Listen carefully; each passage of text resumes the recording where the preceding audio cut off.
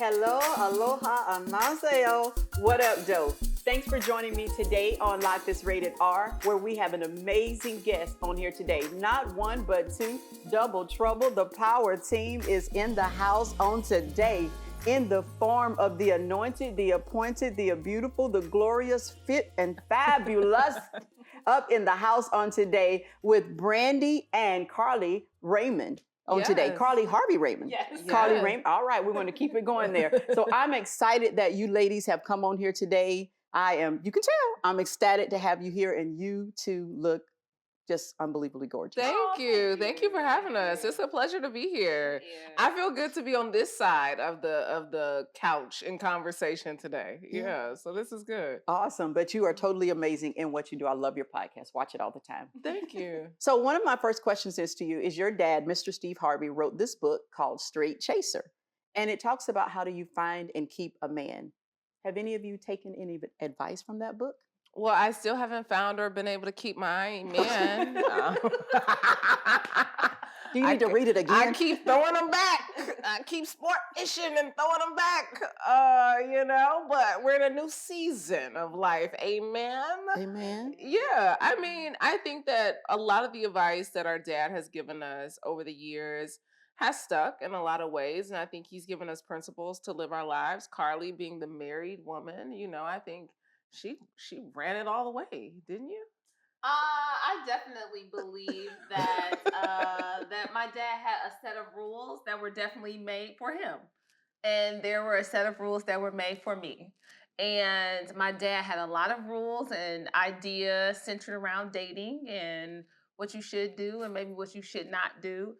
And I believe that those were his rules. For instance, my dad has a 90-day rule that you should not engage in sexual activity for 90 days. So you're saying you didn't do that? Oh, no.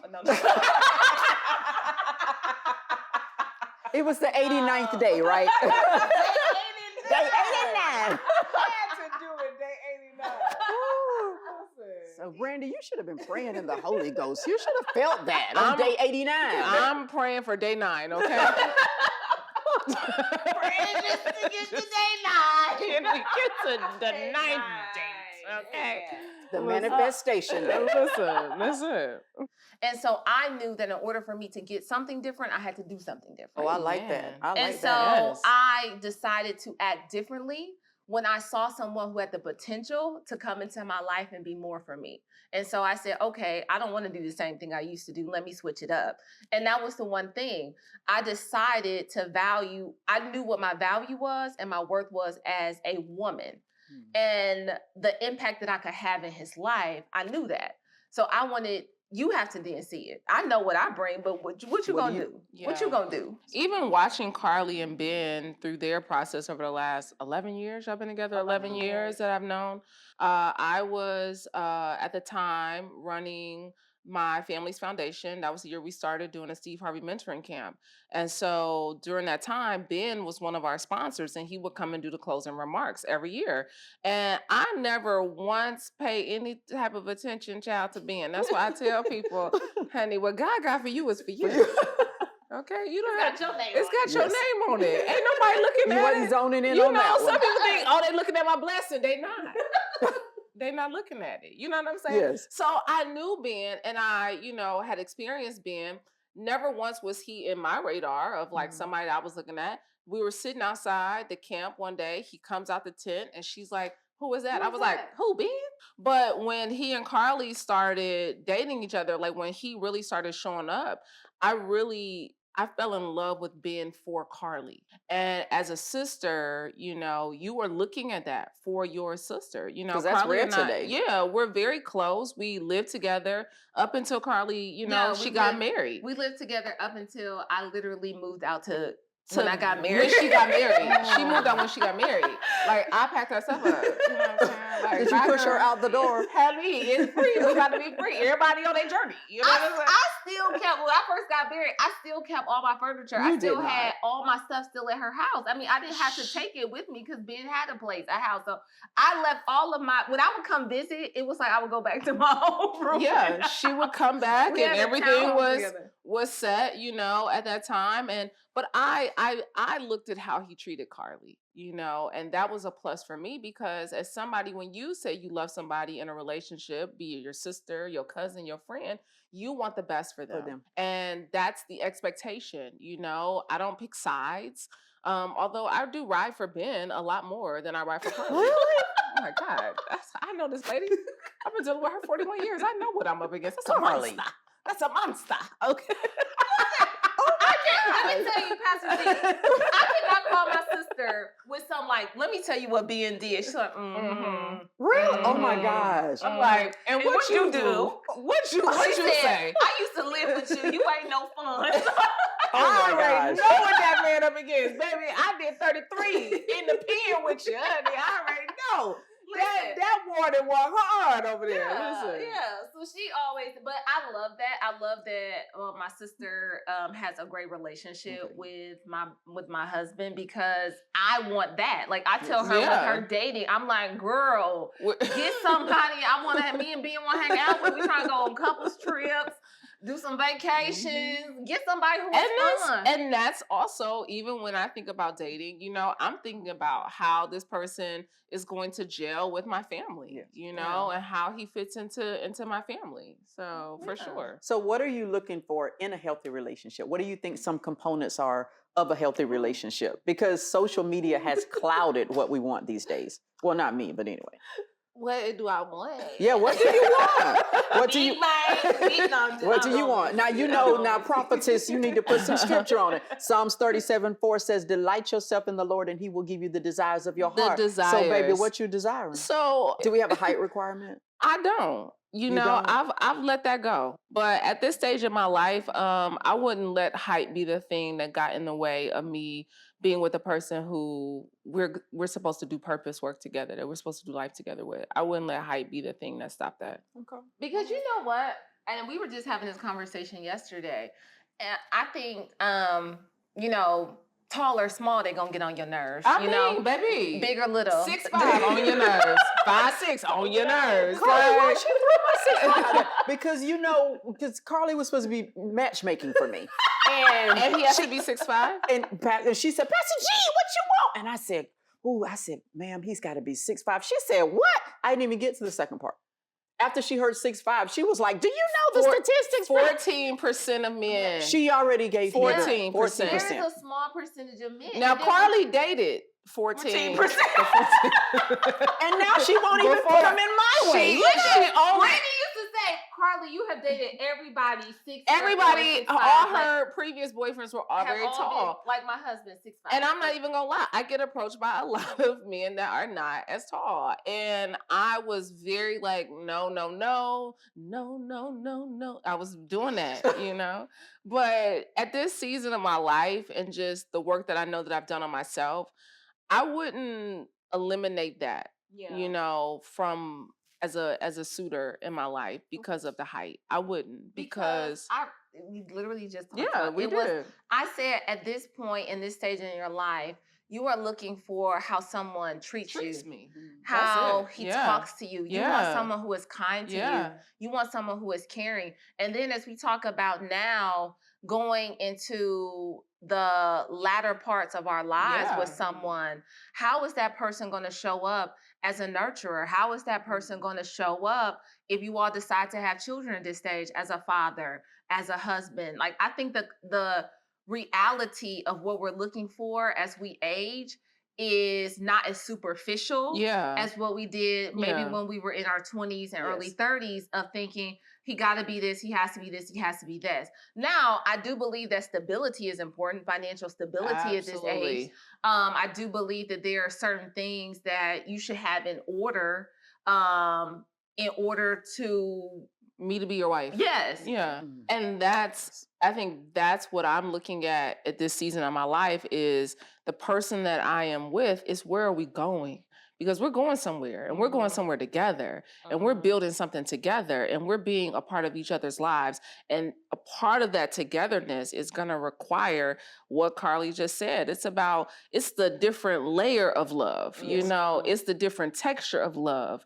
And so I want to experience that, in this season of my life and be friends and enjoy the person that I'm with. I want to enjoy you. So if you're not 6'5", that's okay, but do I enjoy you? Like, Yeah. I want to, like, the thing about Karli and I, people always talk about our relationship as sisters, and they always say, like, man, y'all are so close. I wish I had that. We love each other, but we genuinely like each other. Yeah. Like, we genuinely like being around each other. We enjoy talking to each other. We like spending time with each other. And so even when we do think about, even, back in the day when she was dating Ben, I liked hanging out with Ben, Ben became a person. So I want that same thing where Karli enjoys hanging out with the person that I'm with. And my brother-in-law, they enjoy hanging out with each other and can go to sporting events and do all that stuff together, because this is what you're marrying into. You're marrying into a family, and that same expectation is for me with him, that I want to enjoy his siblings and his mom and dad and whoever else is coming into the party too. Okay. How do you feel about, what is your take on gender roles? Because I had someone on the podcast and his wife was housewife. She didn't work outside the home, took care of the children. So gender roles. So I asked him, I said, well, do you help out when you get home? And he says, why? She's home all day. So what is your, well, he did. So what is your take on gender roles? I'm very much a salad. I love to cook. I'm very, I love to keep a beautiful home. I love that. I love decorating. I love making sure, I love that. She likes Christmas decorations. Have you already put up your tree? Yes. Yes. Okay. Yes. Oh, it's already there. Two. It's two trees. Two. Multiple. It's a lot going on. But I go to work because my husband has provided me a life that says it's optional. If you want to, you can do what you love. I love that. I love the ability to have the option, but I don't have to be out here. I don't want to be out here. But for those that do, that's fine too. That's fine too. I'm just in a blessed position, But when my husband comes home and he sees that I'm down or I'm not feeling well or that something is overwhelming in the home, my husband steps up. Okay. If I cook, my husband cleans the kitchen. I didn't make a baby by myself, so I'm not raising one by myself. I'm not a single mother. I'm gonna make that very clear. I am not a single mother. Just as much as BJ was my good time, it was his good time too. Okay? So guess what? I'm not just the only one taking care of the good time here. And so that is an intense good time. Okay. Listen, that boy. But I recognize the beauty of the give and the take in a relationship. And I don't just get to take, I also get to give, but my husband just doesn't get to take, he gets to give too. And that means when you see that in this house, that there is a need, I need you to help fill in the gap. That's what love is. Exactly. Love is just about filling in the gaps. Yeah. And so where I was at home, when I first had my son, I was at home. I was a stay-at-home mom. But that didn't mean because I'm at home with a child all day that my husband gets to come in and kick his feet up and not do anything. What are you showing your son? What are you showing your daughter? That now she gets to just be a maid or a servant and that she has to just care and take care of the needs of everyone else and no one gets to pour into her. I believe that we all get to pour into each other's cup. And so I don't look at gender roles as like I only have to do the cleaning or those are life skills. Yeah. Those are basic life skills. Washing clothes is a basic life skill. Cleaning up after yourself is a basic life skill. Yeah. That is not something that says that only women get to do it or only men get to do it. Now, my husband doesn't cook. Again, he doesn't cook. But guess what? I don't make that a thing. If I know that that's a limitation for him, why would I want him to go do something that I know he's not strong at? Let my strength shine. Let my strength shine. Yeah. And that's what we did in our relationship, what has been a game changer for us, is we sat down and wrote down, even in our business, how we run businesses together, is that what are you good at? What is your strength? But what is the limitation that you have? Yeah. I don't want you to start working on your limitations and doing something I know good and hell well you're not good at. You're about to fail. So I'm watching your failure. I'm encouraging you to do something I know you're not good at doing. So my goal is to say, what are your strengths? What are you very good at? What can you do? My husband is a great husband, a great father, but there is not a neglect. Because when we look at that, of not being able to fill each other's cups in those areas. Like there are times we have to say, hey, I'm running at 50%. I'm running at 20%. Do you have the other 80? Do you have the other? What do you have? What can you give? Like, that's the part of being in a relationship. Not saying I don't have to do it, seeing that there's a need here, there's a void. And guess what? I want to undergird and help. And no matter whichever way that can do, that means pulling out the spray and cleaning up the counters. That means vacuuming. That means straightening up. That's just being a part of a community and wanting the community to thrive. Because I see so many women, they feel that it's a compromise when they do something instead of it being a collaboration. And so I want to, and I'm like, your husband or your wife should compliment you, not being complaining about you. And it becomes a compliance. That's what I like. So there's this list going around on social media about the first dates. About the first dates. Now, yes, because number 14, you know, that's my restaurant. What was number 14? Denny's. Oh, Denny's. Oh, Denny's.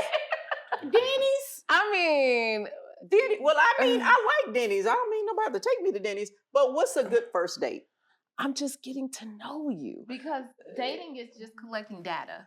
Yeah. That's all dating is. It's collecting data to see, do I want to make this thing, do I want to go further? Do I want to go sit at a 5-star restaurant with you? Do I want to go sit and spend and have a $300 dinner? Because some of y'all act like monkeys. So y'all really don't need to be out in public spaces. Not even ready for Denny's. Some of y'all ain't even ready for public spaces. And y'all got to stop this. Okay? Have the expectation for surf and turf where you can't even pronounce half the stuff on the menu, but that's neither here nor there. I mean, literally, Karli and I saw a video on this, and the girl said, not for I'm being charged for gratuity. We didn't order gratuity. I said, baby, what? Baby, and I said, baby, this is a joke. She said, I did not order gratuity. Are you serious? The girl said, she is talking to what she said, I did not order gratuity. And then the waitress is like, I'm sorry, what? Excuse me? And she said, here, I didn't order gratuity. What is gratuity? And she said, well, I'm telling you, this is probably the collaborator on the person who wrote the list. That's the person. Right there. She was the one who got together with her friends and said, you know what? Cheesecake Factory, never. Applebee's, never. Some of y'all ain't worth nothing more than a steak fajita platter sizzling coming out with some crispy chicken and a blondie. And a blondie. Y'all ain't not worth nothing more. Some of y'all ain't worth no more than this. Know where you need to be. You come up with some limitations. But I think that I think we've gotten away from forming connection with people. Yeah. You know, when we look at our culture, we are in a bit of a connection crisis. We're post-pandemic. People are really so used to being in silos. They're used to being very much to themselves. And so when we talk about creating connection, most people haven't understood that connection is created in conversation. Connection is created in communication. It's not created with how much money you spent on me and if you cash at me this morning. Yeah. It's really about, am I willing to open up my heart enough to see what's inside of your heart? To be able to say, man, let's see if we can do something together. Let's see if I can build trust to become vulnerable. Yeah. And that's when we talk about connection and intimacy and forming true lifelong partnerships and relationships. It's not about where you went on the first date. It's about how the person showed up for you. How did they treat you? Were they kind? Yeah. Did they come? Was the man a gentleman to you? Yeah. Did he pull out your chair? Or was he sitting on his phone the entire time? Was he looking at the waitress? Yeah. Was he talking to other women? How engaging was he for you? Instead of worrying about the how place much, and how much it costs, why don't we try and focus on how much we got to know about the person? Yeah. Yes. And so I think we missed that. Because my thought on that is that you're going to this 5-star restaurant and they're bringing out all of these courses. When do you have time to communicate and engage in a conversation if you're too busy going to the next course? They on their phone, Pastor G. They trying to post it for the moment so people know that they got a steak tonight, knowing that they had McDonald's earlier. They got a filet mignon. They got, baby, they got a something. They got a gratuity. Gratuity for ordering their filet mignon. That's not a gratuity. I said, Karli is real. So I think that's the part. And I think right now we're concerned with the wrong things when we're looking at relationships. Yeah. And we're looking at partnerships that will last a lifetime. It's not that.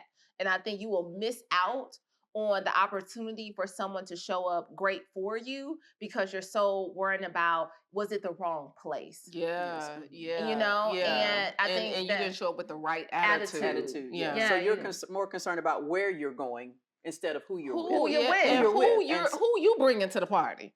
And usually when you're going out and when we're dating and collecting data, we want that first initial meeting to say like, okay, do I want more of this? So that means, hey, I might not want to sit for a 2-hour dinner with you. Exactly. I may, after 30 Coffee. minutes of After that cup of after that coffee. coffee, I decided this is not something I want to further engage in.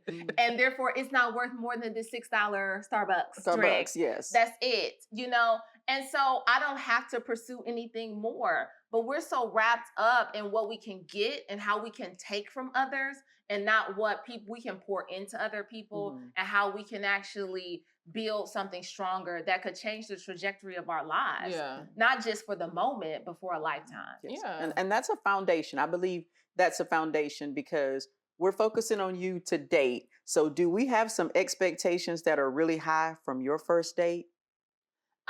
Are we scared? No. Okay. For me, no. For me, no. No. And this is the thing. So I met my husband. We've been together 11 years. When we first met, like we got to know each other. Now, if we look at how we first went out, it was really under the guise of my husband saying like, oh, you host events. I have a foundation. Would you come host for me? And he came to Atlanta. I had still to this day, 11 years later, I'm still waiting on this event. Where's the event? Where's this event been? Still waiting. We had so many events, man. So many events. I have yet to host this event that my husband tried to get me to host. That was the initial meeting. But love that. 2024, you're going to host this event. I think so. Finally, yes. It was for our 12th year of knowing each other. I feel it. Yes, it's coming. But my husband said, hey, I'm in Atlanta. Could we go out to lunch? I said, oh, this is a busy time for me. I only have dinner available. He said, okay, cool. We ended up going out to dinner. And we went to, at the time, we went to STK. That's when like STK like first opened or something here in Atlanta. Went to STK. We got to know each other. I thought he was a really nice guy. Then we ended up going out again. I called Brandi the next day. She was out of town. I said, oh my God, he would make somebody a really good boyfriend. She said he would make somebody a really good boyfriend. I, said, just was really? not thinking for me. She was like, yeah, I don't think he's for me. But I think he would be, I think he's such a great guy. I think he's a great boyfriend. Great for someone. I was like, oh, okay. We end up hanging out again. And it was like, so that's when you know, like, you just have to give something time. And that initial meeting may not be what you thought it was going to be. I just thought he was a great guy. And then I was in New Orleans for Essence Fest. He said, hey, I'm here. I'm like, okay, all right. He said, could we link up? I'm like, oh, I'm working with a client. At that time, I had a client who was launching a new show. And so I was like, I don't really have the time. We ended up meeting for coffee. Okay. We ended up meeting for coffee at Starbucks in New Orleans at the convention center. And we just talked, had a great time. I said, I have to catch my flight. He said, oh, now this is before Uber. He said, oh, let me, I'm gonna make sure you get in a cab, get back to your hotel. I'm gonna tell you, man, roll in the cab with me. So I was like, okay, nice.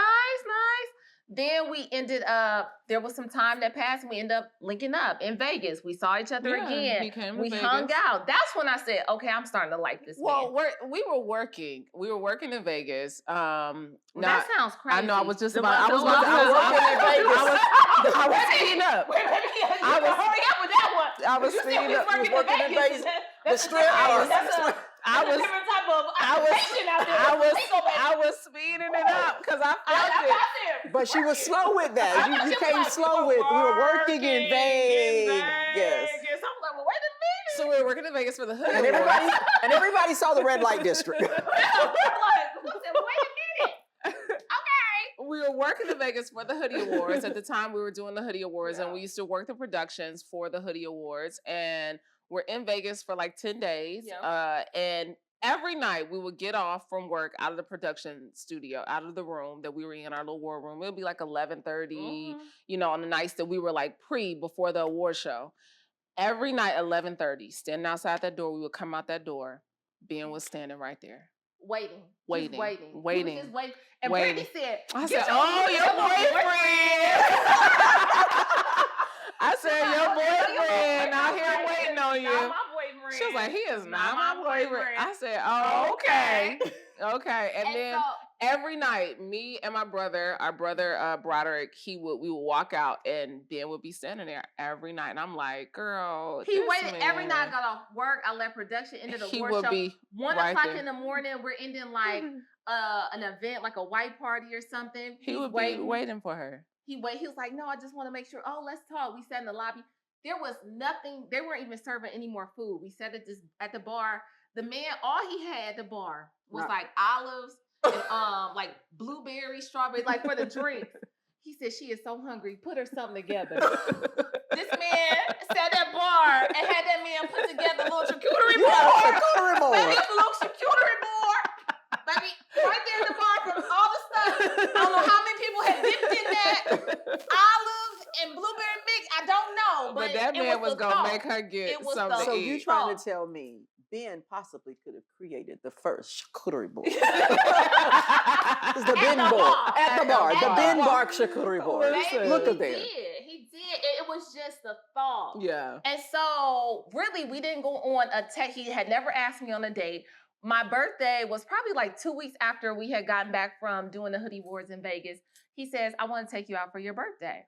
I said, okay. And this is like technically she considers this their first date, like because this was the first day he asked me. Like this was like this was an official day. He said, I want to take you out for your birthday. So I was like, okay, well, okay. He said, I'm gonna be in Houston, and I was like, okay. And he said, so I'm gonna fly you to Houston. I'm gonna do. So I was like, okay. Did you call? No, we were living together. We were living together. I was like, my hand like, oh, don't be thinking because you flying me to Houston. Don't think you're going to be trying to get some, but no, Because it was day 88. It was day 88. It was 89. 89. I knew him. It was I had known him quite a while. But no, we ended up, so he flew me to Houston and put me up at a hotel. It was really nice. I thought he was just like, he was just super romantic. He still is very thoughtful. Yeah, and so he planned this whole weekend out. Like it was a whole weekend that he had planned that was just thought after thought, like just little things here and there that he created. And so that was just really special. But guess what? That took time. That took me getting to that meets. I had to sit at the coffee shop. I said the coffee shop. And we had to talk. And we talked on the phone. And then we sat and talked some more. And the man made a little charcuterie board from the bar and somewhere else. So it was all of those little moments that I was able to capture the data to say, I want to keep moving forward and keep giving this man my time. Yeah. I was willing to say, man, off of these gestures, no matter how small, it was the thought behind it that says, man, look at what this man is able to do because he wants to just spend time with me. Yeah. And so I didn't have to step outside of who I was or to show up any differently. He just liked me for who I was. He liked all of the bubbliness. He loved my, my little, cuss a lot. I was like, bubbliness, okay. I mean, I do have some bubbliness, but I'm very, I'm very, bubbly thank you. You are. But I'm feisty, Very, that's more the word I was looking for. Sassy. And I've never seen the feisty part of her. Brandi, you get to look at me from a different set of eyes. Don't be putting them eyes on everybody else. I love the eyes that I get to look at you with. Okay, you are amazing to me. Trust me, you are. In relationships, a lot of people bring past traumas into the relationships. Oh, yeah. How do you move forward from trauma with healing and coping? Moving from healing and coping, because you got to have coping skills, some coping mechanisms in place that are strategic, so that if he says something, it doesn't trigger you. And so, different things like that. I mean, what advice would you give to someone? Would you advise them to heal first, or just move on and just try to mend on your own with the relationship? I don't know if it's healthy or not to do that. I definitely recommend therapy for so many people, and it's one of the things I wish. I told Karli just the other day, I said, I wish I would have got a handle of my emotional life in my 20s. Like, it would have saved me so much time. But that wasn't my journey. I didn't get into therapy till I was 33 years old. And so But that 33 was the shift that I needed to work on some things that would even prepare me to be the woman that I am and the wife that I know I'm going to be. So I think the healing part, that's continuous. You're constantly working on something to get better at. You find like, oh, wait, that's a little still tender, But I think therapy, getting coaches, I think those things help us to guide us into the way that, help our relationship grow. But I think when we talk about coping, I think we really have to understand our own trauma that we're bringing to the relationship, right? And what those responses that we give, from even my own life being abandoned, feeling abandoned by my dad, feeling neglect from both my parents emotionally in different ways. And I think that brings into any relationship how I respond to myself, but also how I respond to other people. So I think that it's necessary for us to start to be very self aware. I think the first step is becoming self aware so you can start to take accountability for some of the things in your life that maybe you don't like the direction your life is going. So I think we have to become self aware so we can then have the accountability, which then leads to the healing, which leads to the transformation, which leads to your life opening up in different ways. But I think we have to get accountable that we have not always been the best people. And I know in my own life, I had to be accountable that I haven't always been the best daughter. I haven't always been the best sister. I haven't been the best friend. But those moments, how can I learn from them? How can I now say, you know what? That wasn't the best B that showed up. Okay, how can I be better? What did I just say to you yesterday? We were in the car. I said, I'm just trying to show up as the better version, Brandi. I mean, the better version of Brandi, the better B. You know what I'm saying? I'm just working on the better B so that when I walk into a room that I understand that I am very much the thermostat, that I control the temperature in the room, that if I'm off, then it's going to throw everybody off, So why not focus on myself so I can become the best version of myself? Yeah. I really like that. I had my brother on the show, my baby brother, Okay. and it really shocked me when he said that he was in therapy because I'm in therapy because of grief, because I lost my husband. But when he said that, I'm like, why are you in therapy? Because on the outside, it looks like he has everything. But there were some things that he needed to deal with. And I said, well, how is that for a Black male to go to therapy? Because Black women will go.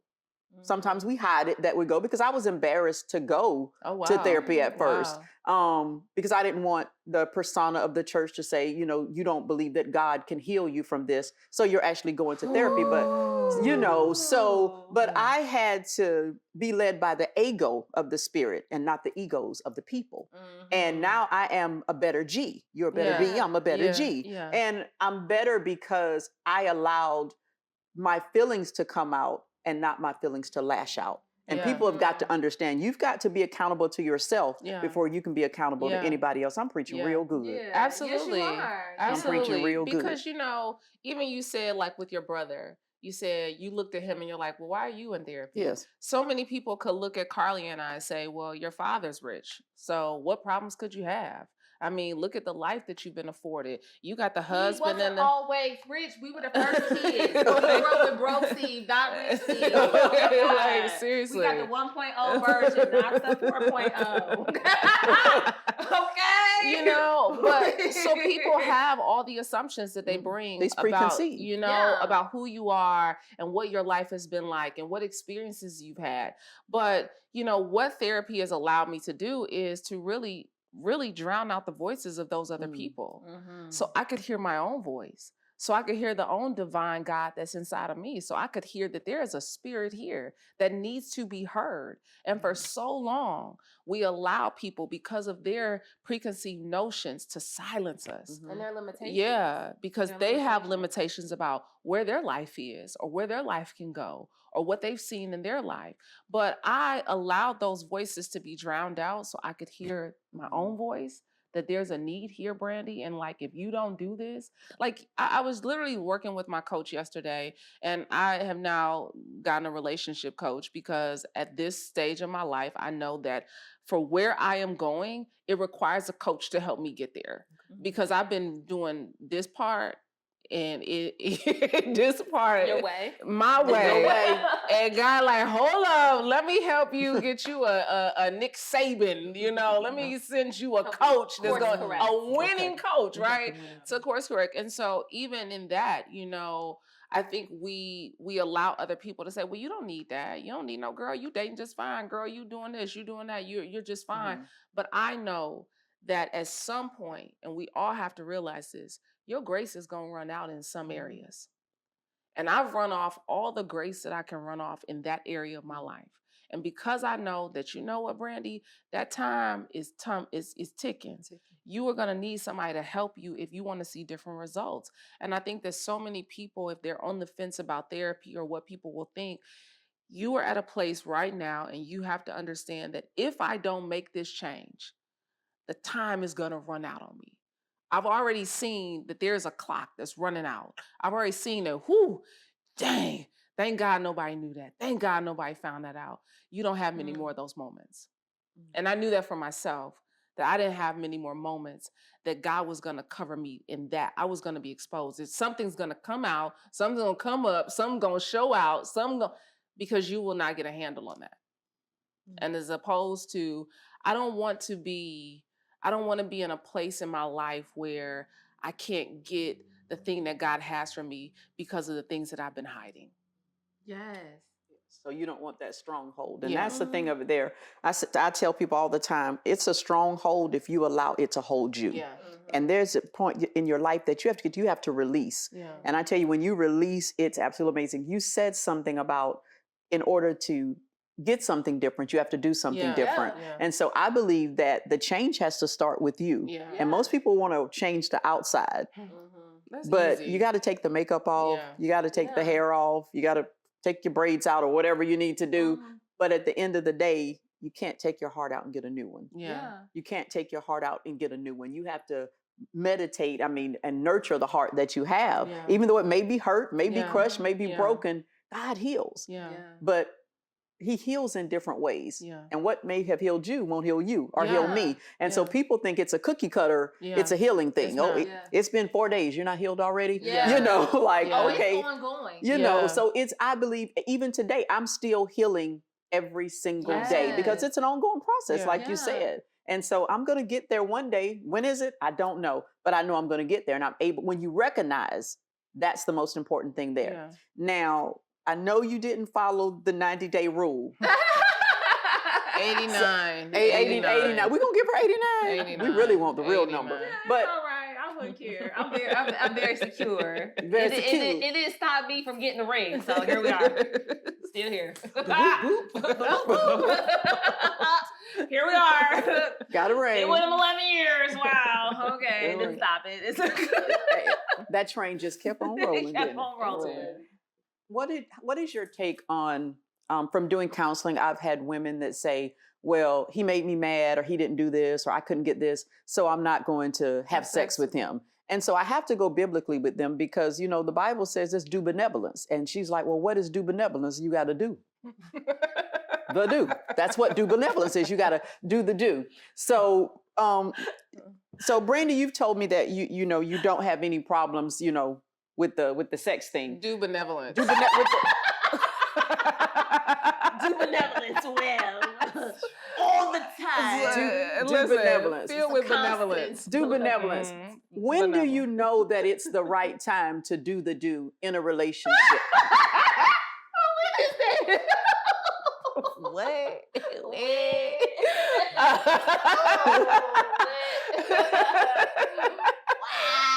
Wow. So You said it's I rated want to R. know.